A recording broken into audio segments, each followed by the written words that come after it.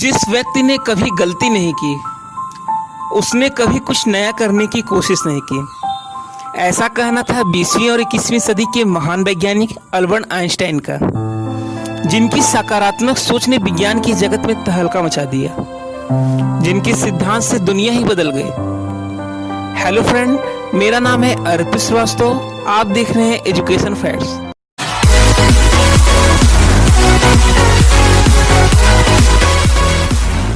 आधुनिक जगत के महान वैज्ञानिक आइंस्टाइन का जन्म 14 मार्च 1879 ईस्वी को जर्मन की विटेनबर्ग नगर के उल्म नामक स्थान पर हुआ था।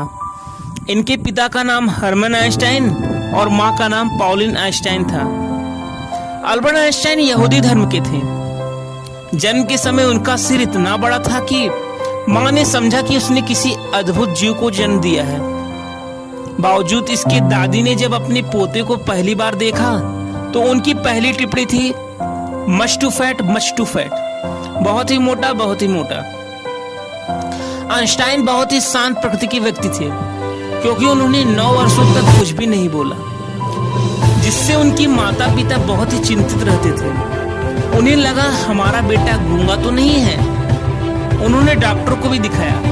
डॉक्टर ने कहा यह बोलने का प्रयास नहीं करता है, इस वजह से नहीं बोलता। जिस दिन इसे बोलने का प्रयास करने की आवश्यकता पड़ेगी, यह खुद ही बोलने लगेगा। चिकित्सक की बात सत्य हुई। एक दिन रात्र के भोजन पर अल्बर्ट आइंस्टाइन ने इन शब्दों से अपनी खामोशी तोड़ी, यह सूप बहुत गर्म है। पहली बार अल्बर्ट ने एक पूरा वाक्य बोला था। माँ बाप अचंभित रह गए। उन्होंने पूछा कि उन्होंने पहले क्यों नहीं पूरा वाक्य बोला। अल्बर्ट ने जवाब दिया, क्योंकि अब तक सब कुछ ठीक ठाक हालत में मिलता रहता था। 9 वर्ष की आयु में जब वह बोलना शुरू किए तो सिर्फ वे बोलते थे और पूरा दुनिया के बौद्धिक वर्ग के लोग ध्यान लगाकर सुनते थे। अपने आकर्षक व्यक्तित्व के कारण वे औरतों की विशेष लोकप्रिय थे। इंग्लैंड की राजकुमारी विक्टोरिया, जो कि बाद में इंग्लैंड की महारानी हो गई, वे उनका वायलिन सुनने की शौकीन थे।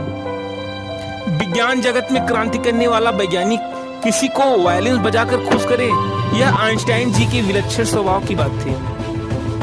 आइंस्टाइन जी वैज्ञानिक के साथ साथ गणितज्ञ और दार्शनिक भी थे। वह बहुआयामी प्रतिभा के धनी इंसान भी थे।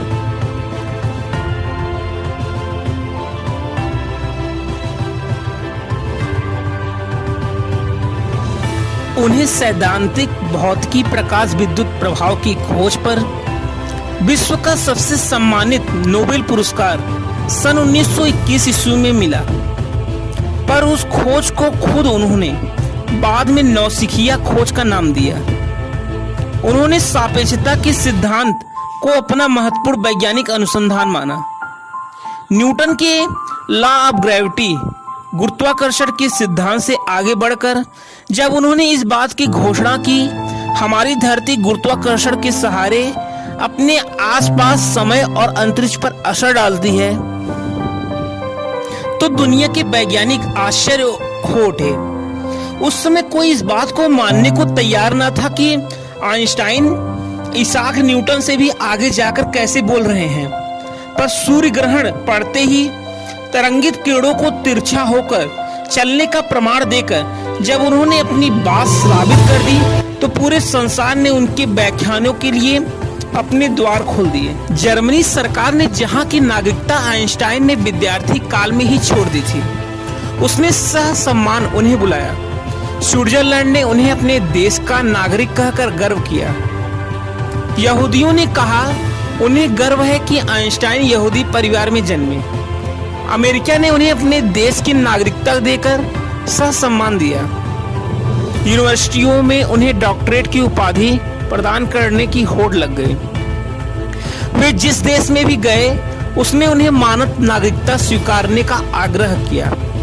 पर आइंस्टाइन ने अपने व्यवहार से साबित किया कि वे किसी एक के नहीं बल्कि सबके हैं। वे किसी एक धर्म संप्रदाय के नहीं, विश्व के सभी धर्म संप्रदाय के हैं।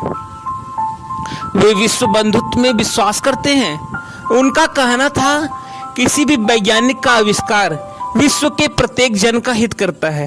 अतः वैज्ञानिक विश्वजन का होता है।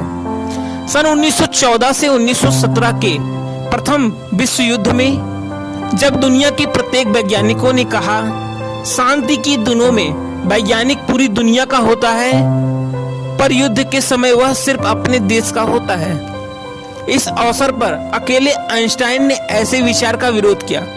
उन्हें युद्धरत जर्मनी को अपना कोई भी वैज्ञानिक सहयोग न दिया, जिसका राजकोप भाजन हिटलर के उदय के समय उन्हें भोगना पड़ा। उन्हें जर्मनी छोड़ना पड़ा, अन्य यूरोपीय देशों में भटकना पड़ा। अंततः 1940 में अमेरिका की नागरिकता स्वीकारी।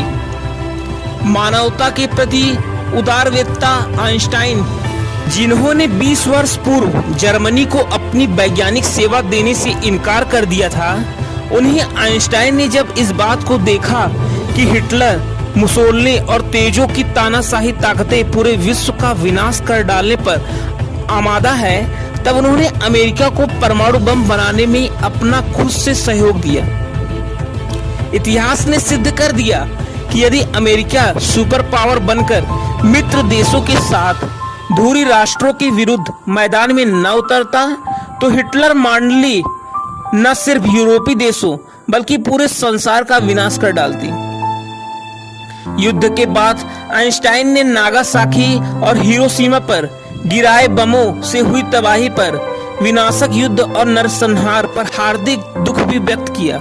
उन्होंने गांधी को विश्व का नेता और नेहरू को शांति दूत कहकर इस बात की आशा की कि वे विश्व शांति प्रयास को आगे बढ़ाएंगे। जीवन के अंतिम पड़ाव पर पहुंचने के बाद आइंस्टाइन का आखिरी प्रयास था यहूदियों को अपना भी एक देश हो, अपनी एक यूनिवर्सिटी हो। इसके लिए उन्होंने अपना पूरा प्रभाव लगा दिया। हिब्रू यूनिवर्सिटी भी स्थापित हुई और यहूदियों को अपना देश इजराइल भी दुनिया के मानचित्र में उदित हुआ। आइंस्टाइन जीवन की सारी इच्छाएं आशाएं भोग चुके थे। उन्होंने अंतिम सांस लेने से पहले तक अनुसंधान संबंधित लेखन कार्य जारी रखा। उनकी यह अंतिम इच्छा भी पूरी हुई और वे अनुसंधान लेखन कार्य करते हुए संसार को अलविदा कह गए।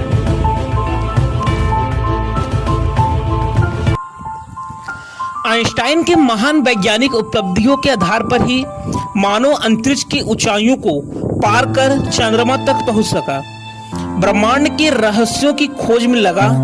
संसार आइंस्टाइन पर जितना गर्व करे थोड़ा है।